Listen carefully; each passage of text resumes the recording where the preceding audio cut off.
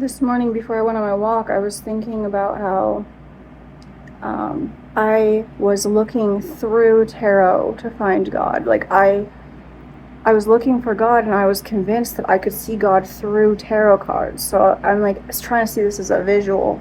So I was like, oh, God is there. And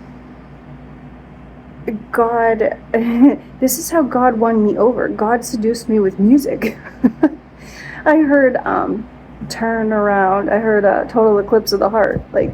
And God was like, hey. And basically, that's how God explains that it's love. Like, it explains itself through the vibration of love. And once you hear that song at the frequency in which God really exists to like the fullest, then you understand that song in a completely different way. And like that song, Turn Around, it's like God's like saying, hey, I'm not through, like, you're looking at me through a lens, but I'm everywhere. Like, just turn around. Like, I'm right here with you, but you're convinced that you can only see it through this little window. Like, you can only see me through this window, and that's not true. I'm behind you. I'm next to you.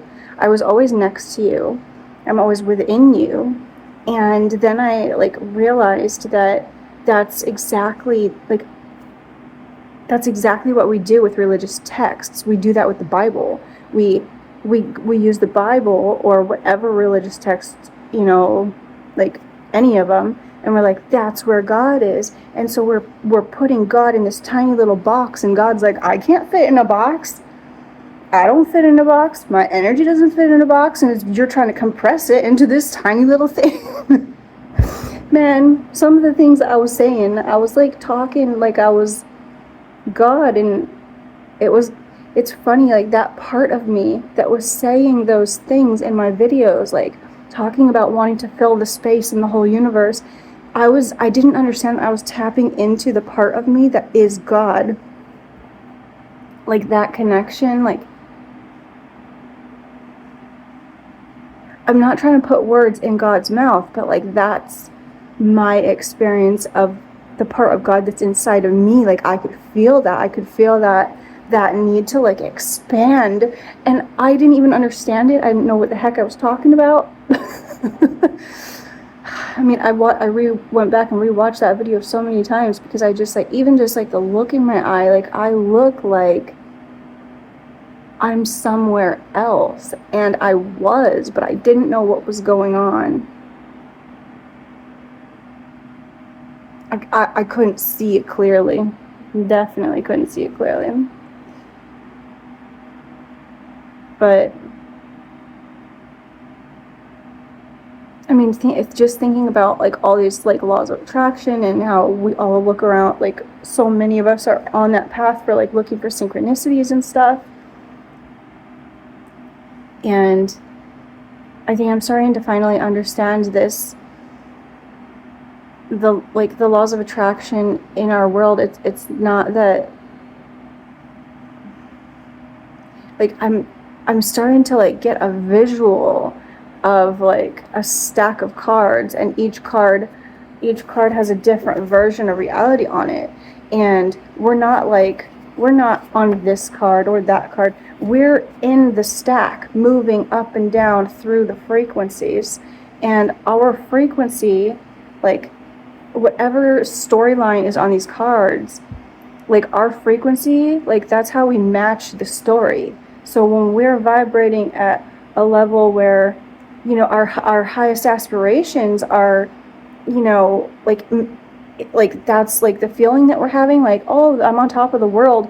We're moved to the vibration of that universe, of that world that matches that frequency for us. So the laws of attraction are like you're magnetized to that vibration. So like me finding all these shoes, me walking out, like I was vibrating on this Antichrist like wave. I was in both of these worlds where it was like Antichrist and Christ consciousness, and so like I was vibrating in a space in time where those things would just, they already exist there. So I walk out my house, and because I'm in that vibration, there's religious texts scattered all over the ground. And it's not because like I didn't make that happen. I shifted my reality into a reality that was already there.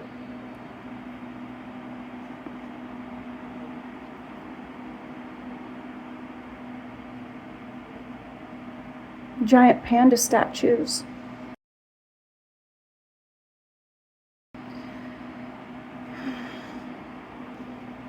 Also, this thing about different realities and different vibrations of existence co-occurring at the same time, it explains so much to me. Like, I understand, like, I feel alone because I'm in a vibration where there's nobody else, at least not close enough in proximity to me that I'm not alone.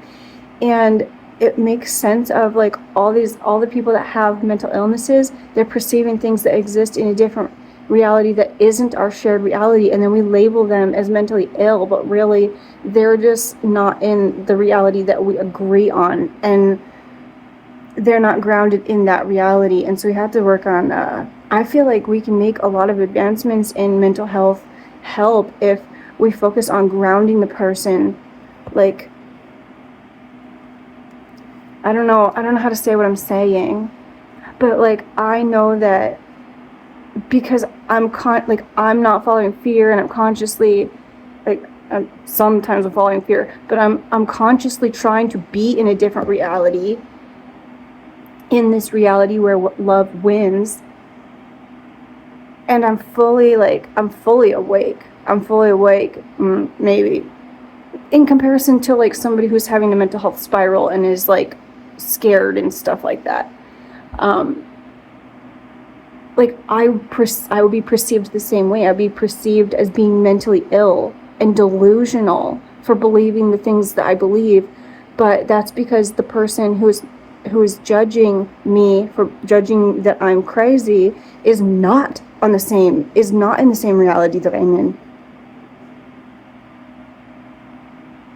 So this whole time, and like thinking about like a manic depression and like those souls, that all the souls that deal with that, they're not like, they're especially the manic part, like your soul is like trying to be like free. It's trying to free itself from all the limitations of this world and return back to its joy, and it's struggling to tether itself into our heavy shared reality. And then of course when you come back, it's like, of course they're going to be depressed when they come back. I need to find a way to shift myself into a frequency in which I am not alone in this anymore. That is what I want. I already have this. To a certain extent, I already have achieved Christ consciousness. I think that that's what my spirit team is trying to tell me, is that you're just not understanding that it's already there. Like, you already have it. You're not understanding that, like, you have control of it, you just don't realize it. Like, I think that that's what they're telling me.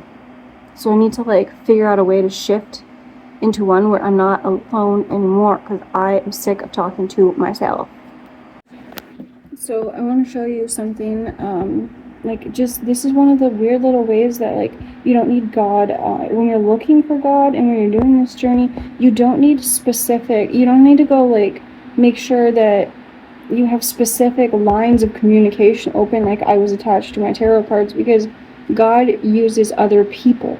It's so hard to find God when you isolate, because God doesn't have a whole lot to work with when you are alone.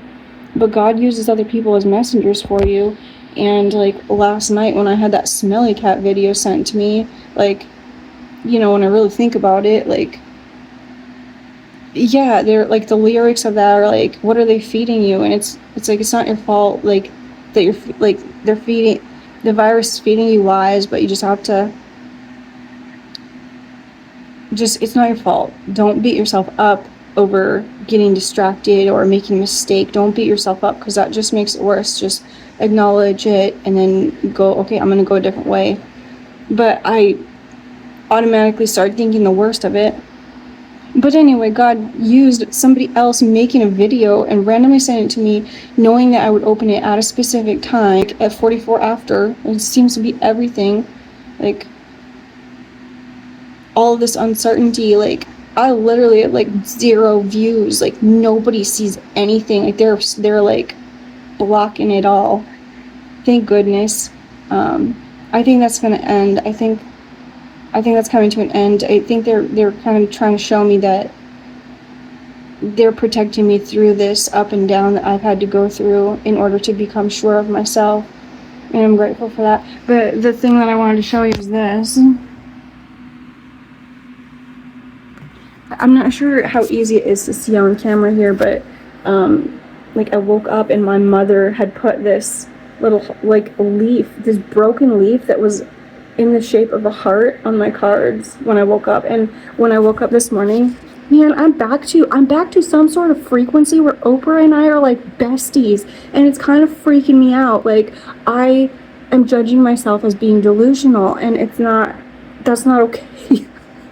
I need to let go of that delusion, because I am reaching some sort of frequency where Oprah and I are working together, and maybe we are creating an organization called the Love Garden that rebuilds communities that have been devastated by social injustice, which would be awesome. But I literally woke up hearing the beginning of Oprah.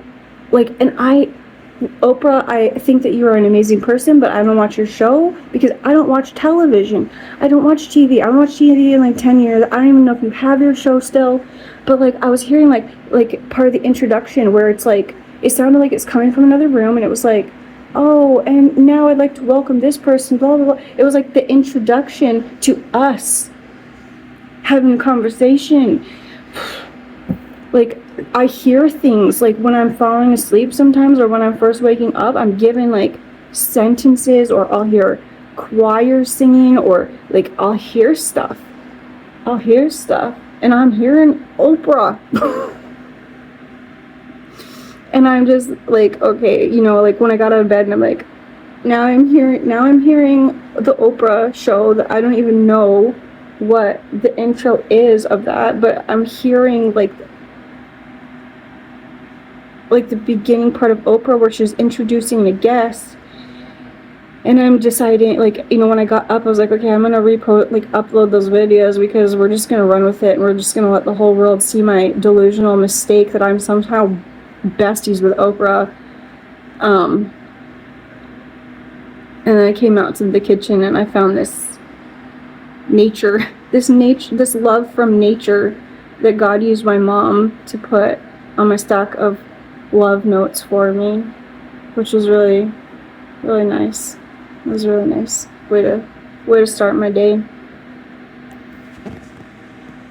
So I came to Walmart just to get some creamer, but I just wanted to show you the ways that I'm changing the world is I'm doing this.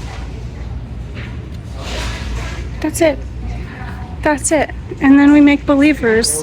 We turn people away from fear and towards love. That's it. That's all we gotta do. I just opened up my Google News to find Oprah, and it was an article about how she's closing her girls like leadership program thing in South Africa to start a new program that's gonna be like more widespread, I think. But that's interesting. That's coming up. I know, like, that's been going on for, like, I read the article, it said like 20 years that her charity for like that school had been going on. So I'm excited to see what she's gonna start up next that is gonna make a difference in more young girls' lives across the world. That's really exciting.